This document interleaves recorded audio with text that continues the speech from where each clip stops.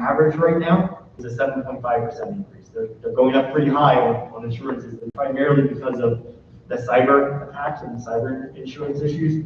But we've been able to stay under that, and so our rate is about 3.5% lower than the average. Item 10 is to approve agreement with Frontline Technologies. This is for absence and professional development management software. That's how we track the absences for all our employees as well. Item L is to approve our TransFinder agreement with TransFinder Corporation. That's for our transportation routing software. Item N is to approve the PSBA membership for 21-22 school year at a rate of $9,720, and the policy package in addition at $1,250. That would then leave the grand total of $10,507.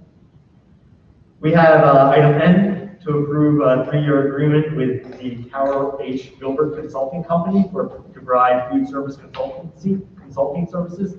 A full RFP process was conducted. There were several companies that bid on the food service consulting contract. A committee of 5 individuals was convened to review those contracts, as well as interview one of the companies. The committee overwhelmingly is recommending the Carol H. Gilbert Consulting Service. The interview was really a dynamic interview. We're really hopeful with the consultant that she'll be able to bring some new, fresh ideas. She seemed to work very well with our food service managers and develop that natural connection with them immediately. So we're really excited about this opportunity. I'd like to take a moment and just thank SOS, who is our current food service consulting company. They've been a great partner with us for many years. We weren't necessarily looking to switch companies, but unfortunately, as contracts go, the opportunity had to happen with an RFP process, and another company was selected. So we do thank SOS for their service. Likewise, in letter O, that is to approve an agreement with Education Solution Services. This is to provide paraprofessional services for a 3-year contract. Similarly, we've been partnered with SOS for numerous years. The contract and the extensions of the contract expired, so we're looking to go out and do a RFP because that contract cannot be renewed anymore. As we went through the full-blown RFP process, again, similarly, a committee was convened based off the criteria in the RFP. That was reviewed, interviews were conducted, and the Education Solution Services was the company that was selected to be part of the Brandywine School District for the next 3 years. So a few notes on this. There is a handout that Dr. Reese has put together for you, outlining the process, as well as the summary of the company that was selected. So if you have a chance to look at that, that is in the packet. There are 40 paraprofessionals that are currently employed as part of this agreement. That will continue with the same number. Similarly, those existing staff will be afforded the opportunity to continue services within the school district with the new company, ESS. So that opportunity will be extended for those employees to continue. And as we recognized Mr. Ronnie this evening as one of our phenomenal paraprofessionals, it's a great way to continue those services and rapport that the students have with the paraprofessionals. So they were all aware of this? The paraprofessionals? Yes. We didn't directly send them any kind of communication. Okay. Because they're contracted employees. Basically, they're a subcontractor through SOS. Exactly, right. And so we don't have district emails for those employees. So I guess, I understand the whole contract thing. In light of the pandemic, now we're taking people that have worked and put in service here during the pandemic, and basically they're gone. So they will be afforded the opportunity to continue employment service here in the school district with a new employer. Okay. They'll still be afforded that chance. Okay. Yeah, okay. Yeah. So the idea is that Do we know if it's a similar benefit to them? Like, or I don't know if we even know that, because we know if they're getting the same value from the company as they have. Yeah, basically, did they go from Are they losing? whatever they may have been making, say 15, and now they're gonna be making 5? So it's a fine line to dance, because we pay for a service, we pay Yeah. 1 year with 702,000 for the service for 45 professionals to service. I will say that, answer the question, yes, they will receive similar or better service. Okay, okay. It's just, these people have done a lot for our kids, and that's a long time. I don't think we don't just move on the whole. Yeah. And that obviously that was our concern as well, Yeah. as we do the process. Again, it's challenging because you have to look at it as we're buying the service, and they have to figure out how they're going to recruit and to provide those benefits to those employees. But in doing that comparison, they will receive similar benefits. No, I understand. I just know personally a lot of them, and a lot of them have students in the district. They want to stay here, they love it here, they consider themselves very much family, you know? So just want to make sure that everybody gets that fair. I mean, And that was one of the pointed questions. yeah, I mean, being a board member that was here when we originally went through the whole outsourcing over to SOS, it was a situation where, part of the RFP process is that you got to give our people the first crack at the jobs. When they moved from SOS or from Brandywine Heights, school district employees, over to SOS, the vast majority of them saw no decrease in benefits, no decrease in pay. The only thing that there was a discrepancy on was they lost the ability to continue putting money in teasers at that point, right? So if the oncoming group wants to keep those employees, they're gonna have to maintain or improve that pay scale. Otherwise, they're not gonna be able to provide the service, and then they lose their contract. So, I mean, it behooves them to take this existing workforce and make that work for them coming in. So it actually puts the employees in a fairly good place because they're the resource that this company needs in order to be successful. I would echo the sensitivity around staff retention, and I would also reiterate from a special ed or student perspective, how crucial that continuity of teacher is. I think logistically it's your job to navigate this, but I would really strongly encourage from a board perspective, a school guidance perspective, a very clear and urgent communication plan. If the board is to approve this evening, those families who those 40 professionals support need to get notified and their hand held through and manage through this process really carefully. And just in terms of the staff transition, if they're not district employees, then how does that paraprofessional who's currently employed by another contractor avail themselves of this opportunity? We can't give out their names, they're not our employees. So unlike when we first outsourced, we had the ability to control that.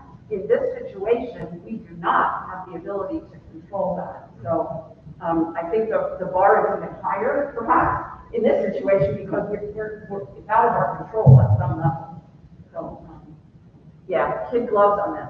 But if they are afforded the ability to retain their position first, right? Yep. Then they must tell us who they are. How do we afford them the ability when they're not ours? They work for some other company. Yeah, we're basically taking 2 subcontractors. Subcontractor A has this employee, subcontractor B has these employees. In my opinion, the subcontractor A employees need to quit subcontractor A and get hired by subcontractor B to be in Brandywine Heights is my question. Yes. So you guys, everyone and all the comments here are spot on. I really appreciate the sensitivity. I can guarantee you that all these conversations have been had with the administrative staff as we looked about the concern of switching. It's the sensitivity of the students, sensitivity of the staff. All these things are being planned out. The first part of that process is to approve this agreement this evening. Then it's the process of transitioning the employees and giving them affording them the opportunity to develop that communication plan. That's what everyone's talking about, the right things here, about 2 companies and how we deal with it. Those communication plans are occurring with Dr. Reese, with the new proposed new company. Those things are in place, as well as then the follow-up communication with the community, let them know that we're switching gears, specifically our students that would be receiving benefits from a special needs perspective. So again, you guys are all on the right track in terms of the sensitivity of this. I can again assure you that all those concerns are spot on with Dr. Lee's and administrative staff as the principals going through this process. And can I add a little bit, Mr. Pottinger? Sure, Dr. In talking with ESS on Friday, they are going to meet with me tomorrow, and they want to contact staff as soon as tomorrow to start the transition process. They are going to grandfather them and be able to get them started right away as of July 1st. Okay. So what we're working on now, and they do understand the sensitivity. I did references for them, and that was one of the key questions that I asked. You know, are they good to their staff? Do they care about their staff? And each of the references have said they're very caring, they build relationships, and they're very sensitive to what the staff needs. So I do believe that through the service and of course the finance representative company that the paraprofessionals will have a smooth transition, or as smooth as it possibly can, because I know they're scared. They're really scared, so we're going to work tomorrow as far as finding out all their email addresses and contacts. So really, if I can't get all that information, I'm just going to email all the teachers because they're very close to their paraprofessionals. And you know, once we vote on this, once you vote on this, I'll be able to start sending that news out to the teachers, making them aware of it, and then we can get all that contact information so that that company can possibly meet with paraprofessionals this week. So you're thinking anybody who wants to transition will be able to transition? Yeah. Okay, good enough, thank you. Yeah, if I remember correctly, the paraprofessionals from last time, the only ones that didn't transition over to SOS were people that didn't want to transition to SOS. Okay. There were people that opted to take their retirement because they were far enough along in PSERS, they just decided to not carry on through. Okay. Other than that, anybody that wanted a job ended up into a job. I just hope it's similar money-wise and whatever else they're gonna get, not that they're gonna be moving from, I mean, I don't know what they make, but let's just say they make 15 an hour, and this place is gonna say, well, now, if you want your job, you can have it, but it's 10. Yeah. That's my concern. I don't think you're gonna see that, they'll lose employees at that point. And again, the employees are the most important resource for them to be able to capture in order to be successful in this district. I mean, realistically, it's no different than if, you know, if DECA was doing outsourcing or all the outsourcing that they would have products, you know, I mean, it's the same general principle. I mean, if I was that company, if I was working for them, you know, we have all of our people listed online on a staff director. You know, you have a picture and a job description of just about everybody in the district. So I would have already been capturing that information. I hope they're smarter than me. It sounds like Andrew and Dr. Reese have pretty good handle on moving forward and the sensitivity. Okay, absolutely. Item N, no big strategic decisional shifts. Just to Mr. Beaver's point, at the bottom of this one pager, there is a bullet point that says, employees will receive an increase in their hourly wage. So your concern, according to this, is that's all. Okay. Thanks for just brought up that. Yep. Absolutely, yeah. I know you guys have it under control. I'm glad you raised the question, because it's a big strategic decision, it's a lot of money.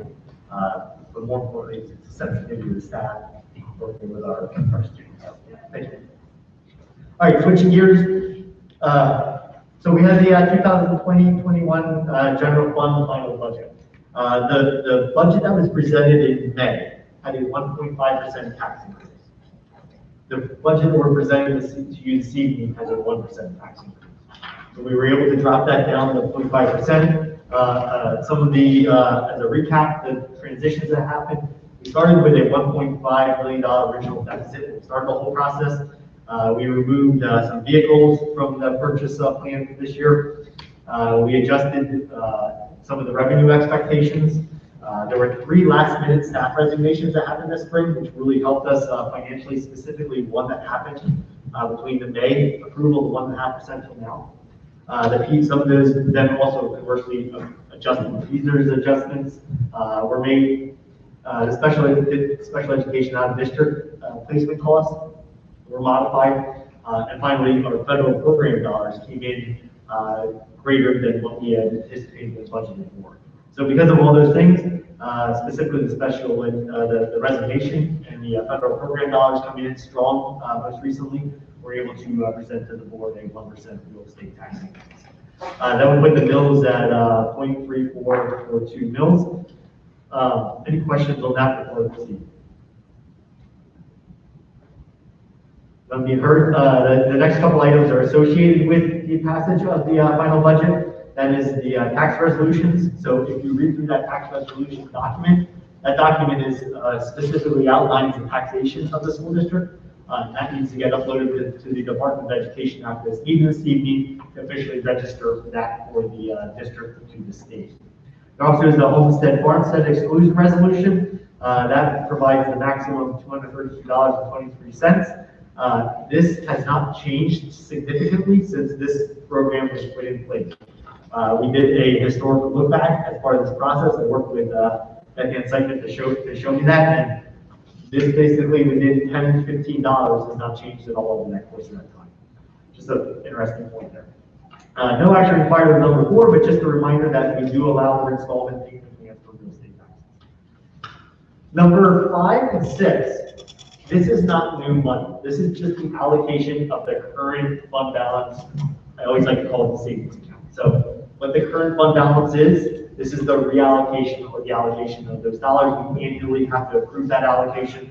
So the first one is the $1,883,000 for the future retirement rate increases, and then 6 is the $5 million that we would be committing, that we would be assigning for specific items, future technology, deferred maintenance, potential litigation, early education, innovative programs, and then reserve the state budget.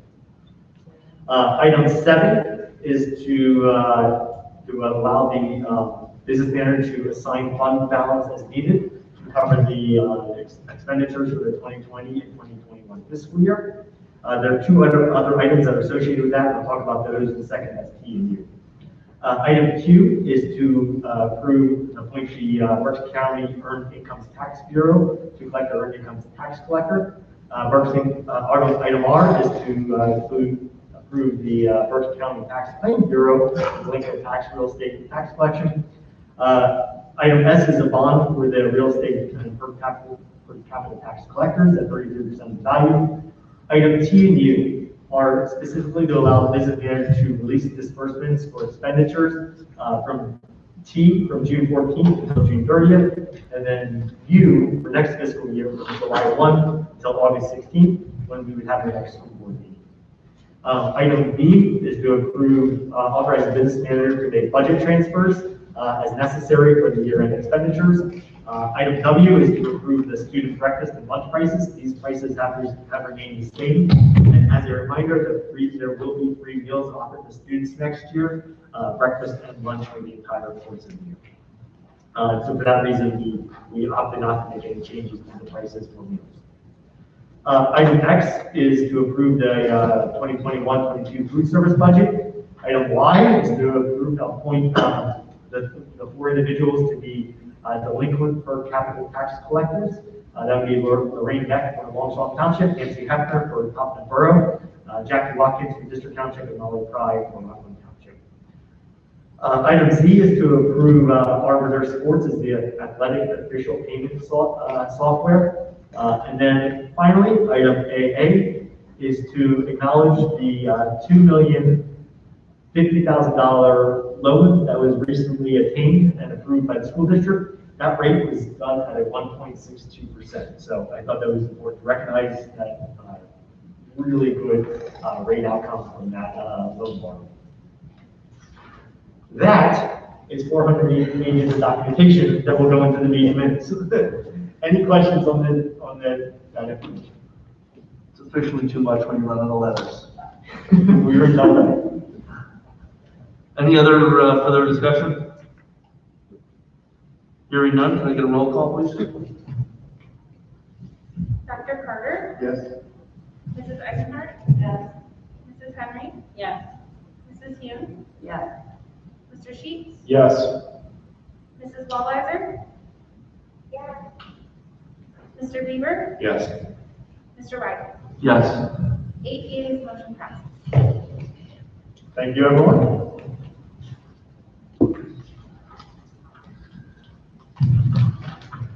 All right, can I get a motion and a second for the superintendent report? So move Sheets. Beaver second. Not nearly as long. Superintendent's report. Item A is to approve the graduates. There's 94 graduates that would be approved this evening for 2021.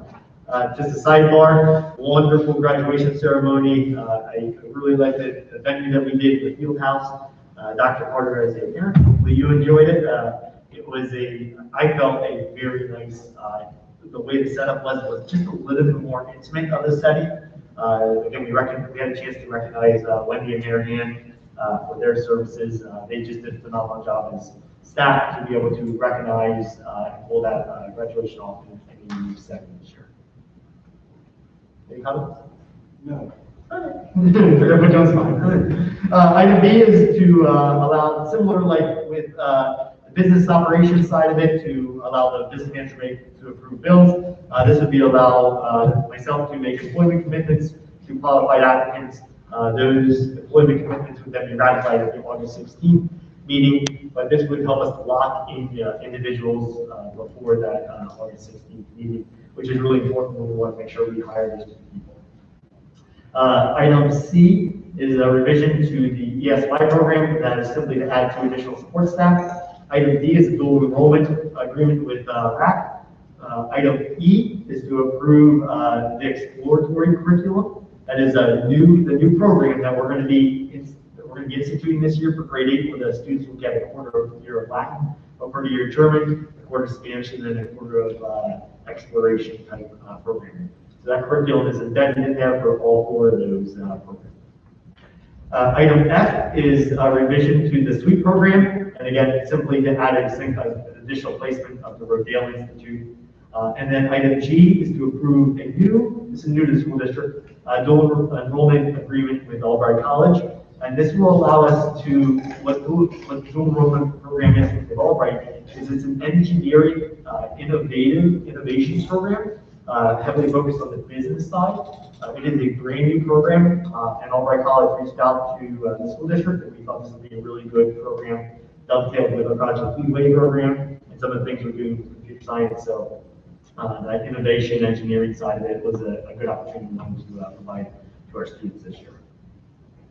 The only other point I would like to make is that as we look at where we are with our enrollment, we are still lagging behind with kindergarten enrollment. As of today, we have 70 students that are enrolled in kindergarten. So we're going to continue monitoring that. If that remains as it is, we would be looking to possibly shift one of the kindergarten teachers to another grade for 1 year, and then of course bring that back down. That would give us 17.5 students per class. And then, again, that would continue to rise. We would closely monitor, just leave that as the 5 kindergarten teachers. I'll continue to let the board know regardless of that. But again, only 70 at this point, which is definitely concerning from where we predicted it would be. Any further discussion from the board? Hearing none, can I get a roll call, please? Mrs. Eisenhardt? Yes. Mrs. Henry? Yes. Mrs. Hume? Yes. Mr. Sheets? Yes. Mrs. Walliser? Thank you, Mr. Walliser. Mr. Bieber? Yes. Dr. Carter? Yes. Mr. Weigel? Yes. 8 yeas, motion passes. All right, moving on to personnel report. Can I get a motion and a second? So move Sheets. Beaver second. Perfect, gentlemen. All right, personnel report. There are 4 items under resignations and retirements. We have the resignation of Mrs. Julie Rapp, who has been our longtime virtual academy assistant. The retirement of Mrs. Heather Pilato, who has been a part-time family and consumer science teacher with us for many years. The resignation of Angela Gucci-Herb, who has been one of our intervention specialists. Under change of status, we have a few staff that are changing. Those items are Mr. Whalen, who will be going from 7th grade reading to 5th grade reading. Mrs. Ricky Savage will be going from 3rd grade up into that 7th grade position. Mrs. Lisa Turner would be going from 1st grade to 3rd grade. Mrs. Megan Tripp will be going from second grade down to first grade. And then Miss Jenny Lee Miller, who we had a chance to recognize this evening, would be moving from a three-quarter time art position to a full-time art position.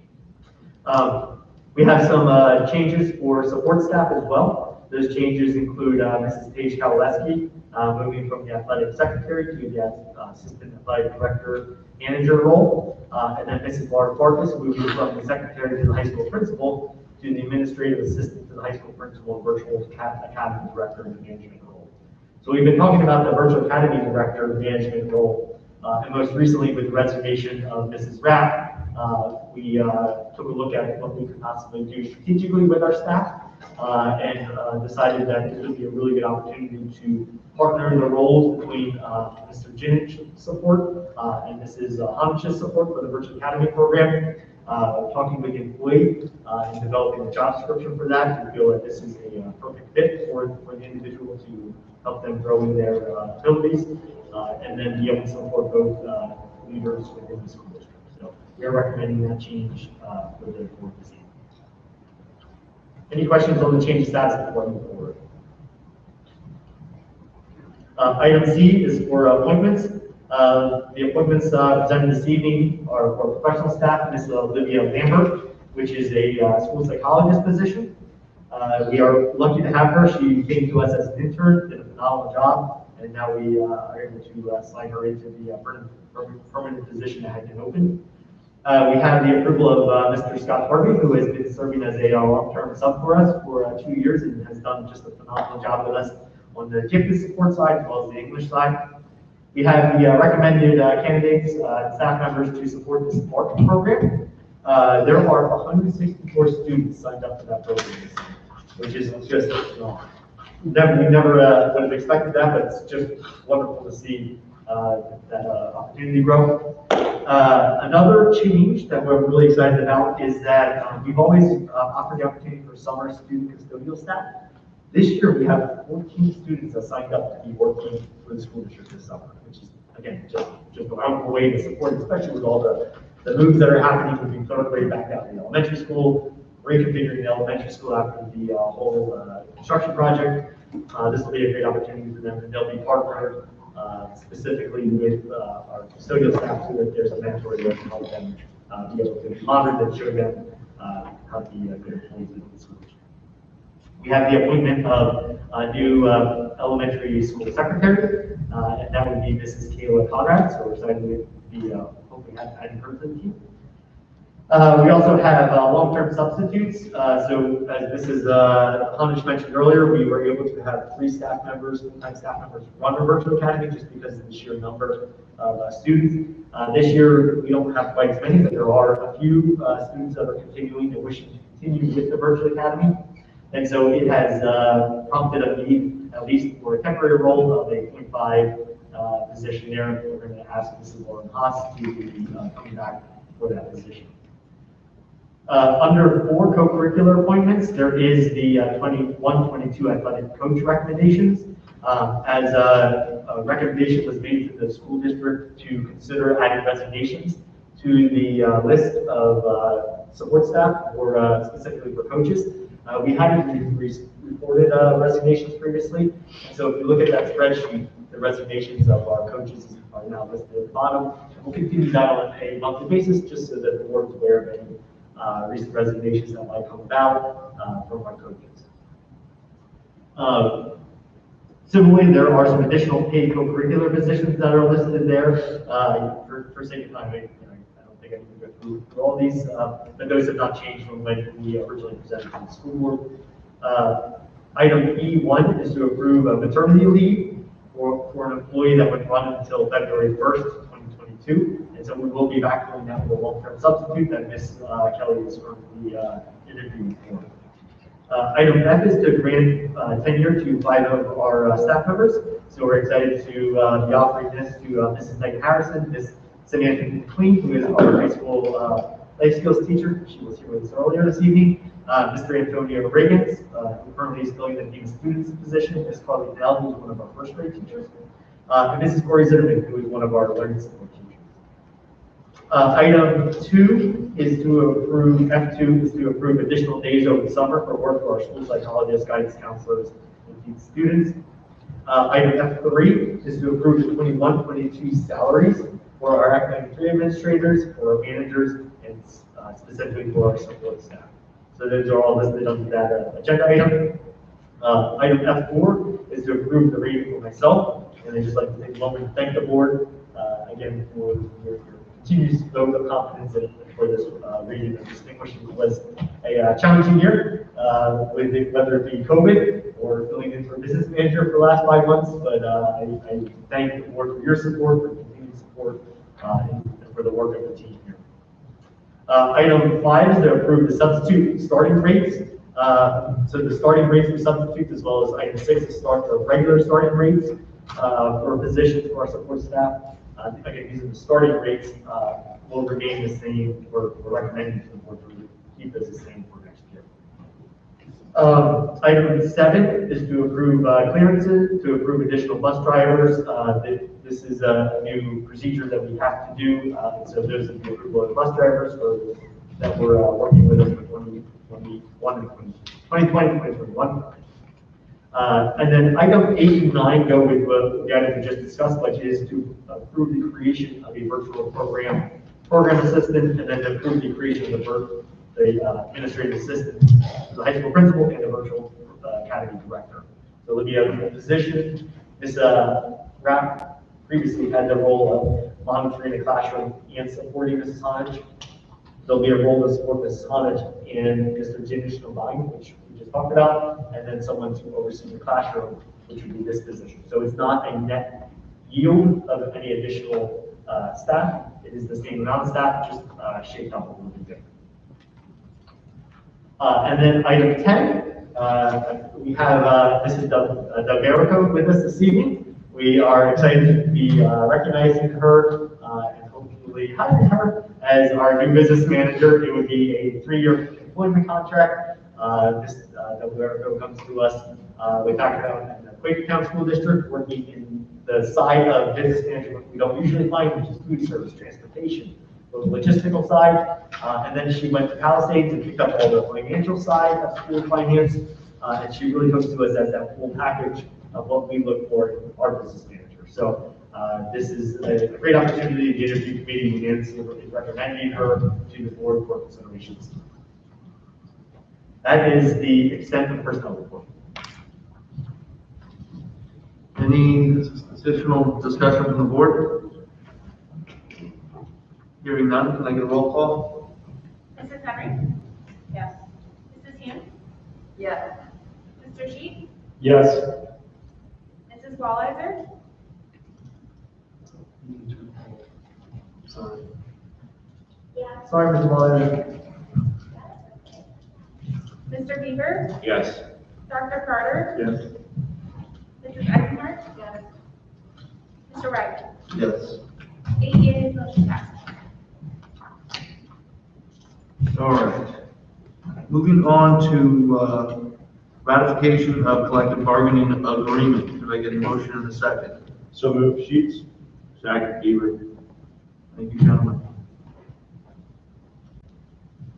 I think the only note we want to make is that that motion has to have a date change of July 1, 2022 instead of July 1, 2021.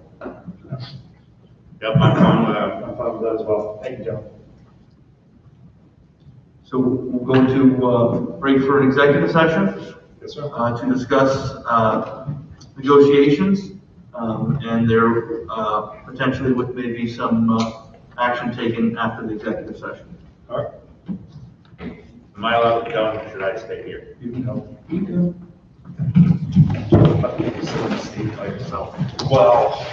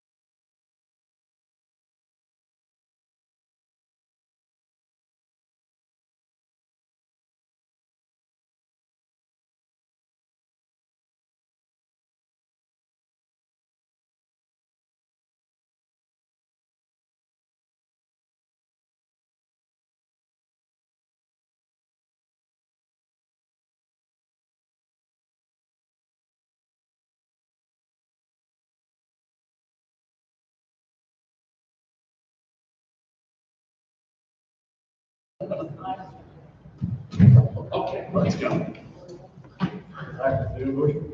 All right, we have a motion on the table. We did have an executive session to discuss negotiations.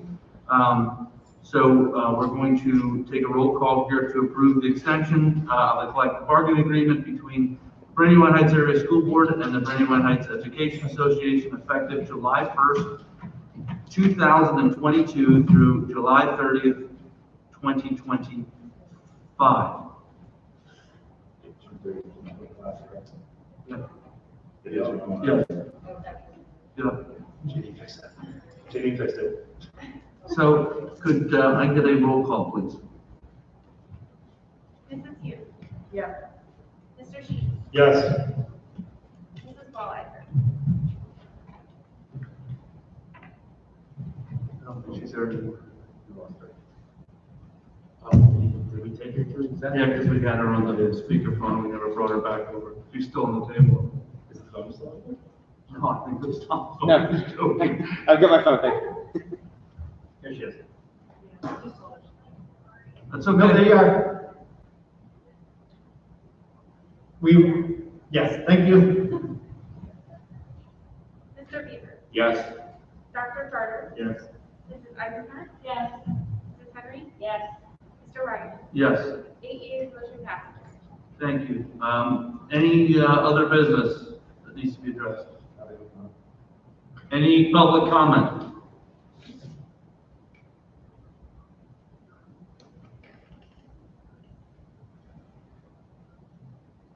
Any further board discussion? Adjournment. Can I get a motion in a second? So moved. Second. There you go.